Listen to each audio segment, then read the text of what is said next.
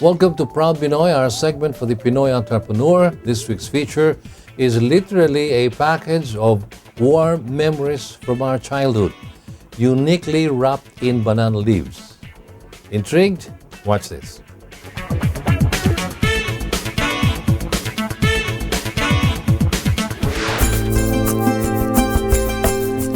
Everyone who loves Filipino food knows Binalot, now an iconic brand in the Philippines, started by Mr. Rommel Juan and his brothers some 20 years ago. Rommel is a graduate of Salle University with a degree in marketing management. After graduation, he worked briefly with the automotive industry. But perhaps entrepreneurship is really in his blood. Everyone in the family is into business, so Rommel prepared himself well for this foray. He took up a master's degree in entrepreneurship at the Asian Institute of Management and prepared to spread his wings. He ventured into the food business with his brother, and that was the beginning of Binalot. Binalot came from childhood memories, no? When my mom used to wrap our food in banana leaves whenever we go to the farm in Cavite. So we had a little farm in Alfonso, Cavite, and ang ginagawa ng mom ko is yung baon namin nakabalot sa dahon ng saging.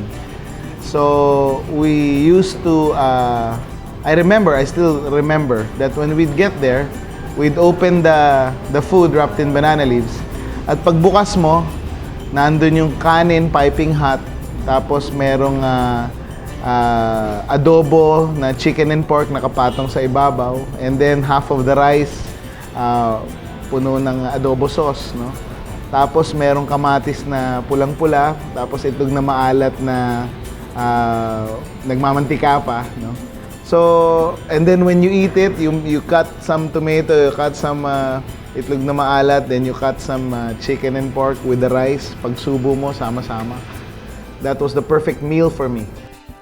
Rommel's dad was into the manufacturing of spare parts for jeepneys, while his mom ran a small school.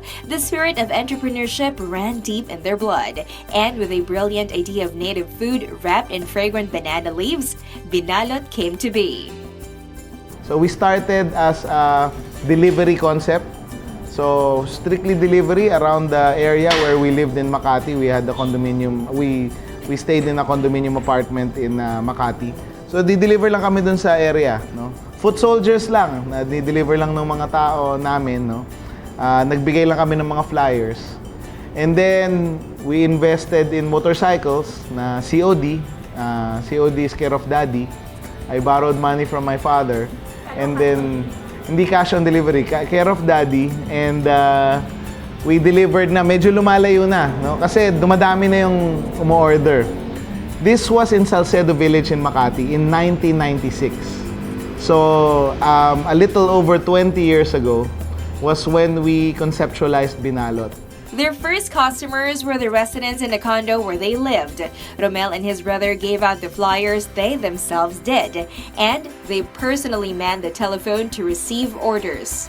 To their surprise, they had ran out of food to deliver by 11 a.m. on their first day of operation. When we started with Binalot, I think we only had 3 variants. We had adobo, the chicken pork adobo, na of course, yun yung traditional talagang Binalot. We had tocino, and we had longganisa. Tatlo lang yung binibenta namin dati. And I remember, when the phone started ringing, we gave out flyers on a Monday morning. When the phone started ringing at 9:30 a.m., it never stopped. So tuloy-tuloy. Ang dami nang tumatawag. And I think mga 11 o'clock pa lang, out of stock na kami. Nagsimula naman ang Binalot, nag-research muna ako. Okay, so naghanap ako ng pinakamasarap na recipe ng lola ko, pinaluto namin dun sa cook. Naghanap kami ng kung ano-anong recipe. Buti na lang, we invited one of our friends who's still one of our directors up to now. Her name's Eileen Anastasio. She's a graduate of the California Culinary Academy. So just imagine a graduate of CCA, but we asked her to cook adobo. So we started with her recipes, no? So masarap siya magluto. So recipe niya yung ginamit namin. And then we got another apartment in Blanco where we lived. We got nalaman namin na merong available apartment dun sa pinaka top floor, pinaka dulong unit. Yun yung kinuha namin para wala kaming maistorbo, di ba? So we started with that, and then we did flyering around the area. And it was a hit, no? So people started ordering. As early as 11 o'clock, we had to hang the phone para wala nang makatawag kasi hindi na namin ma-service, no? And then, the next day, gano'n na naman, palakas ng palakas. And then, I heard, pinag-uusapan na sa UV Express, yung mga nagsha-shuttle, pinag-uusapan na, uy, dapat maaga tayo umorder sa Binalot kasi baka maubusan tayo uli. So, we became the darling of the delivery industry, actually. And that's how it started. In their early years, they used to purchase their banana leaves from the wet market. As such, they had no control over the quality and the quantity, and they could not be assured of an adequate stock when they needed it. What happened with our CSR community is that it was a win-win situation for both of us, no? Because to them, it's a regular income for them. We get 80% of our banana leaves from them. And then, what we get in return is a steady supply of clean, high-quality, organic banana leaves. And pinapakat na rin namin sa kanila. So, the women of the community, well, the men of the community harvest the banana leaves from the jungle, no, from the wilderness. They bring it in, they carry it in, and then the women of the community cut and clean the banana leaves to the specs of Binalot. The Binalot in Dubai is actually a franchise, part of a food court concept called Little Manila. As can be expected, the Filipino community in Dubai took to the concept, hungry as they were for home-cooked Filipino meals. This was opened last year only. It was an instant success. Dubai is home to 600,000 Filipinos, so this was a good move. The raw materials are sourced directly in Dubai, but the sauces are shipped from the Philippines using the original Binalot recipes. Imagine the evolution of this homegrown concept. Starting off as a delivery concept, they moved on to having takeout counters, took the big step into franchising, and now they have sit-down restaurants, fast food style. Their standalone stores measure anywhere between 40 to 150 square meters. They want to give their franchisees a wide range of options, and these start from 20 square meters for their stores and food courts, while their kiosks measure from 6 to 10 square meters.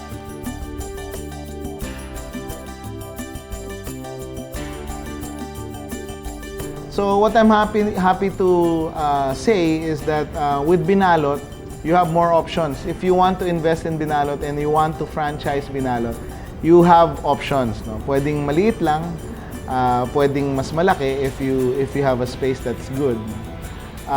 So the Binalot franchise, I think, is one of the more affordable franchise packages around, no? A Binalot franchise is 550,000 pesos, but that's the franchise package. Ang kailangan mo idagdag doon is the construction and the equipment. So that ranges, no, from about 900,000 to about 2 million. So ang total investment package ng Binalot na turnkey would range from about 1 million to about 2.5 million. No? And the payback period is roughly about 3 to 3.5 years. So, dapat 3 to 3.5 years nakabalik na yung pera mo. No? But the franchise term is about 6 years. So, you still have more than 3 years to enjoy the profit. Their food offerings at Binalot are also what they and the family love to eat. And so they come out with their newer ones like Sinigang na Baboy, which is still a big hit, Tapa, Daing na Bangus, and Merienda Fare like Batchoy. Binalot continues to evolve, expanding their menu and widening their reach. Rommel is very optimistic now, but that wasn't always the case. I learned with Binalot, with my experience with Binalot, that with every challenge, there's really an opportunity. When we started with Binalot in 1996, that was the peak of the economy. Okay? And ang lakas talaga nung nag-start yung Binalot. However, in 1997, there was the Asian crisis. So bumagsak yung economy and bumagsak din yung sales namin. And we were really about to close. So I told my brother, oh, kuya, we learned already. It's like we took our masters here. We learned how to cook, we do operations, how to do HR, we hired, we fired, marketing, so everything. Finance, we did our own accounting. So sabi ko, pwede na. Nag-aabono na tayo, let's close it. But that's when the opportunity came. Shangri-La Mall gave us an offer sheet. So because of the Asian crisis, we were able to enter the malls. After that, there was a big challenge for us was the Typhoon Milenio, which wiped out the banana leaves in Luzon. So we didn't have banana leaves, which is our primary source of packaging. But because of that, we were able to find our community in Nagcarlan, Laguna, and we were able to set up the Dahon community and set up our CSR. So because of that challenge, which is a major typhoon, we were able to help the community and set up our CSR for Binalot. In 2013, 2014, there was yung Habagat floodings. And because of that, wherein we set up our helplines and we were able to get donations through social media and deliver hot meals to the affected areas of Habagat. So imagine, because of Habagat, which is a crisis also, it flooded the Metro Manila. We made a name for ourselves in social media. No? So whatever does not kill you really makes you stronger. The hard lessons are indeed the best lessons in life. Rommel says they are now braver, more resilient than ever, and with a great management team. We have a good commissary now, like a state-of-the-art commissary, AAA, HACCP, we got all the certifications from government institutions to support our franchisees. And it wasn't an easy journey, but it was a fulfilling one. And this is what we are offering our customers and our franchisees. He can now afford to indulge his other passions. In 2007, he started the Philippine utility vehicle that pioneered in electric vehicles in the Philippines. They supplied e-jeepneys to Makati, and they have been supplying e-trikes and e-jeepneys to other parts of the country. He is now the president of the Electric Vehicle Association of the Philippines and started the Philippine Electric Vehicle Summit that invites foreign investors to the country. There are now several electric vehicle programs in many parts of the country, like Boracay, Mandaluyong, Coron, and Cavite. Two big universities, De La Salle and Ateneo, have e-jeepneys supplying the campus. This is because Rommel's first passion, Binalot, is now stable and still growing. These are the things I love. So this is what I do. So I think if you enjoy what you do, and then sometimes it takes a while, but it can be fulfilling, and eventually you'll succeed. Ako, I really would advise the would-be entrepreneurs to find their passion, to find what they love doing. Because if you do what you love doing, you'll succeed. If you love what you're doing, you keep doing it. I believe in the 10,000-hour rule, that if you do something for 10,000 hours, you become the best at it.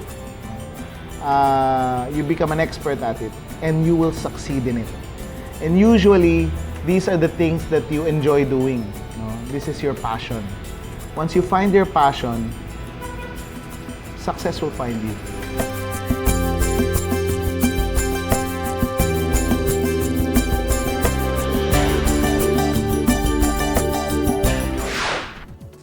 That was Mr. Rommel Juan and his brand Binalot, our featured entrepreneur on Proud Pinoy.